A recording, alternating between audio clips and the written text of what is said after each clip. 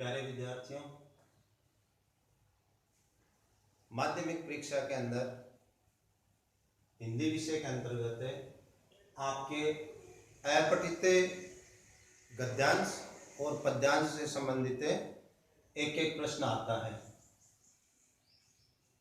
अपठित पद्यांश है वो भी 4 अंक का आता है और अपठित गद्यांश है वो भी 4 अंक का आता है।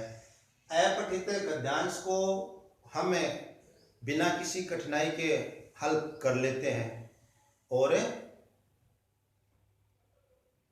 बिल्कुल भी हमारे ये विचार नहीं होता कि मेरे अंक कटेंगे, परंतु अपठित पद्यांश है उसके अंदर विद्यार्थियों निश्चित रूप से कुछ कठिनाई आती है।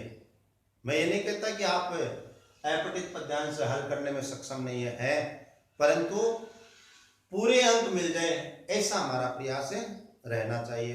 सर्वप्रथम विद्यार्थियों, इन प्रश्नों को हल करने के लिए आप उस अपठित पद्यांश को 2 बार ध्यानपूर्वक पढ़ लीजिए।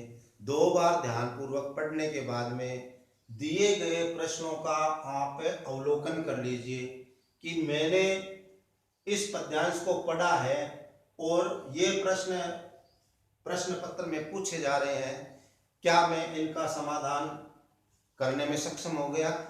यदि हमें ऐसा लगे कि मैं 2 प्रश्नों के हल तो ढूंढ चुका, परंतु 2 प्रश्न अभी शेष हैं, उनके प्रश्नों के उत्तर है वो मुझे नहीं मिले हैं, तो विद्यार्थियों आप उसको बहुत ही समझदारी के साथ में एक बार उस पद्यांश को और पढ़ लीजिए। तब आप जो प्रश्न आपको नहीं आ रहे थे उन बिंदुओं को इंगित करते हुए आप उसको अपठित पद्यांश के अंदर चिन्हित कर लीजिए। चिन्हित करने के बाद में आप देखेंगे कि मुझे अब अपठित पद्यांश के समस्त प्रश्नों को मैं हल करने में सक्षम हूं, मुझे आत्मविश्वास हो चुका है। विद्यार्थियों उसको पढ़ने के लिए आप पद्यांश को पढ़ो और प्रयास ये करो कि आप उसका हिंदी अर्थ कर लें। हिंदी अर्थ कर लें और हिंदी अर्थ करने के बाद में आपको बहुत ही आसानी हो जाएगी अपठित पद्यांश से संबंधित प्रश्नों को हल करने के लिए। हिंदी अर्थ हो गया तो आप उस पद्यांश से परिचित हो गए। ये पद्यांश किसके बारे में है, इसके अंदर क्या गंभीरता का भाव छिपा हुआ है, किस विषय से संबंधित है, क्या इसका शीर्षक निकल करके आ रहा है।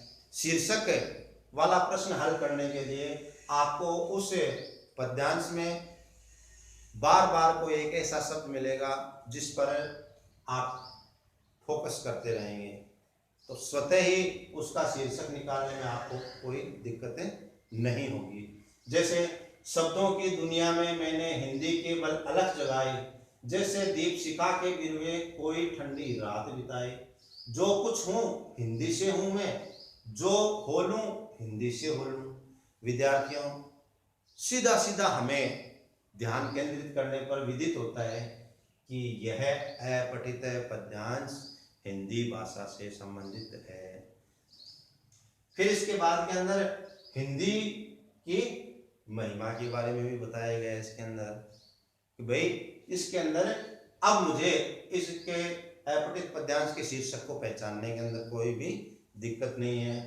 इस अपठित पद्यांश के अंदर कोई भी काठिन्य निवारण मुझे परिलक्षित नहीं हो रहा है।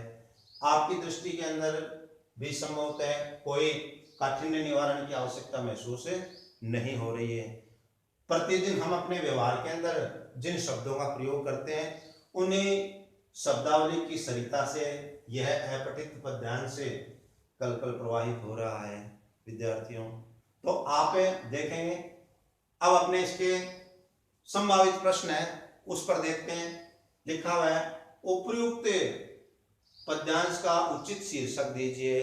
मेरे ख्याल से विद्यार्थियों आपके समझ में आ चुका है, इसका शीर्षक हिंदी भाषा लिख सकते हैं। एक अपठित पद्यांश के 2 या 3 शीर्षक हो सकते हैं, परंतु विद्यार्थियों आपको उस अपठित पद्यांश से संबंधित शीर्षक का चयन जो सटीक हो, परीक्षक की दृष्टि में भी वो सही हो और सटीक हो, वही आप लिखें। आपको अपठित पद्यांश से संबंधित 3 शीर्षक ध्यान में आ रहे हैं। आप कोमा लगाते हुए तीनों शब्द लिख देंगे, अर्थात अल्प विराम का प्रयोग करते हुए तीनों लिख देंगे, तो आपके अंक कटौती की जा सकती है। ये परीक्षक के विवेक पर निर्भर है। क्यों? क्योंकि वह यह अंदाज लगा लेता है कि इसे अपने आप पर विश्वास नहीं है, आत्मविश्वास की पूर्णतः कमी है, तब इसने एक प्रश्न के उत्तर 2 अतिरिक्त और लिखे हैं।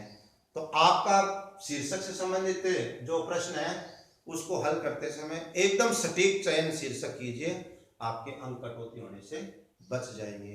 दूसरा अपने देखते हैं, कवि ने अलख किसके बल पर जगाई। विद्यार्थियों कई बार क्या करते हैं हम कि यहां से पंक्ति चिन्हित कर ली और यहां से लिख दी।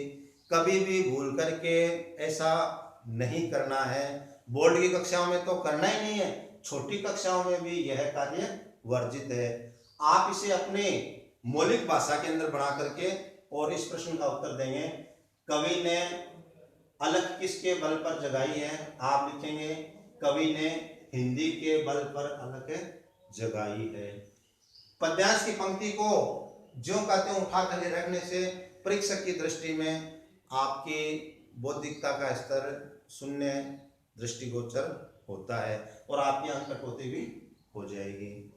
दूसरा प्रश्न मान लो संभावित बनाया उन्होंने, इसके अंदर क्रांति भी भाषा का नाम बताइए। यहाँ पर क्रांति की भाषा कर लेंगे तो थोड़ा परिष्कृत प्रश्न बन जाएगा। क्रांति की भाषा का नाम बताइए।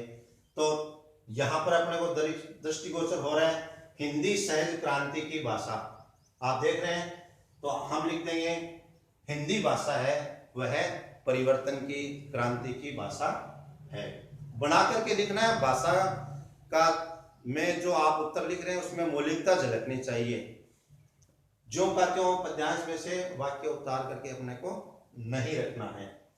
अंतिम प्रश्न पे अपने बातचीत करते हैं, किसके दाग हिंदी से धोने की कल्पना दृष्टिगत है। तो आपको यहाँ पर इस पंक्ति में मिल रहा है, शेष गुलामी के दागों को जब धो लूं हिंदी में धो लूं। तो आप लिख देंगे विद्यार्थियों, गुलामी के दाग हिंदी से धोने की कल्पना दृष्टिगोचर हो रही है। विद्यार्थियों जब भी आप वार्तालाप करें हिंदी भाषा में करें, ताकि आपके जो वार्तालाप का स्तर है उसमें गुणवत्ता, श्रेष्ठता और सहजता और सरलता झलके। आप अपठित गद्यांश को भी इन्हीं बिंदुओं को ध्यान में रखते हुए कर सकते हैं। यह दिमाग से निकाल देनी चाहिए कि हिंदी भाषा में कभी भी 100 में से 100 अंक नहीं आ सकते हैं। विद्यार्थियों भगवान श्री कृष्ण ने हमें गीता में उपदेश दिए, आप कर्म कीजिए, मैं आपको फल मेरे पर छोड़ दीजिए।